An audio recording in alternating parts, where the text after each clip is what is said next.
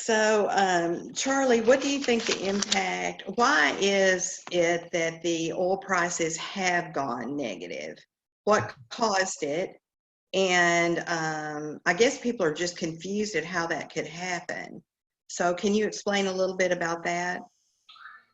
Yeah, it was so Monday, April 20th. It was a crazy day. I remember just checking the markets periodically and getting text messages and things from some of my some friends and cohorts that are in the industry.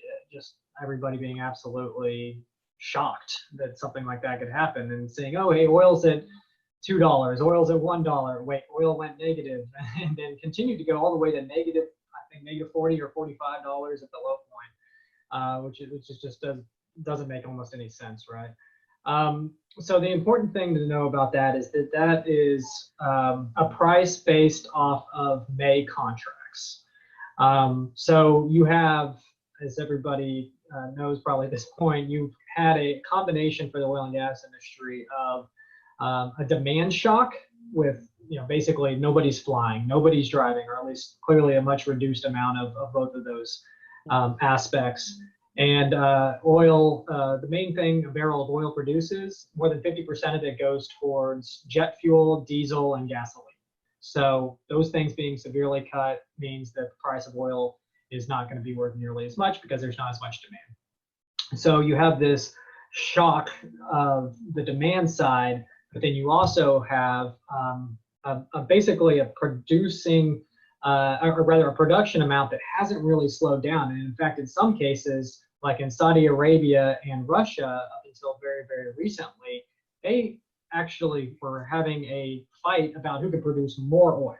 So there was, basically Saudi Arabia and Russia were having conversations, couldn't come to an agreement, and basically decided to have an oil price war and produce a lot to try to drive down the price on purpose during this time. But I mean, and I'm sure they'll never admit it, but I think that backfired severely because I doubt they ever wanted to see oil go into, as the lowest prices that we've seen here.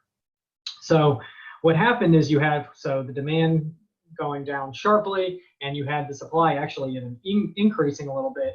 So in the short term here, so basically the immediate term, you found what we've seen here happen is that all the places where you could sell the crude oil to were getting full up. So the refineries didn't want any. There was the pipelines were getting backed up. They couldn't continue to move the oil. You've got tankers literally sitting out in the ocean full of crude oil that they can't come onto land because they don't have anywhere to go with those. And so you've got these oil traders, basically the people that are selling those contracts between the producers of oil and the buyers of oil, which are going to be primarily your refineries, because those are the ones that take the crude and make it into usable products to sell.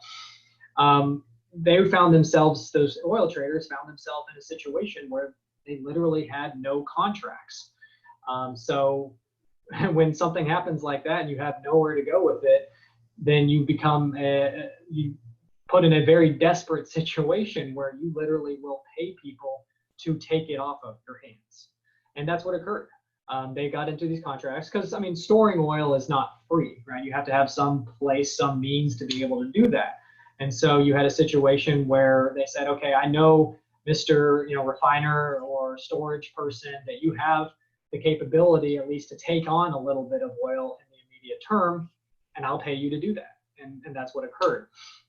Now, I do what I started off with, and why I think this is important, though, is that is for the May oil contract. So basically all the oil that's coming out and looking for a home for the month of May.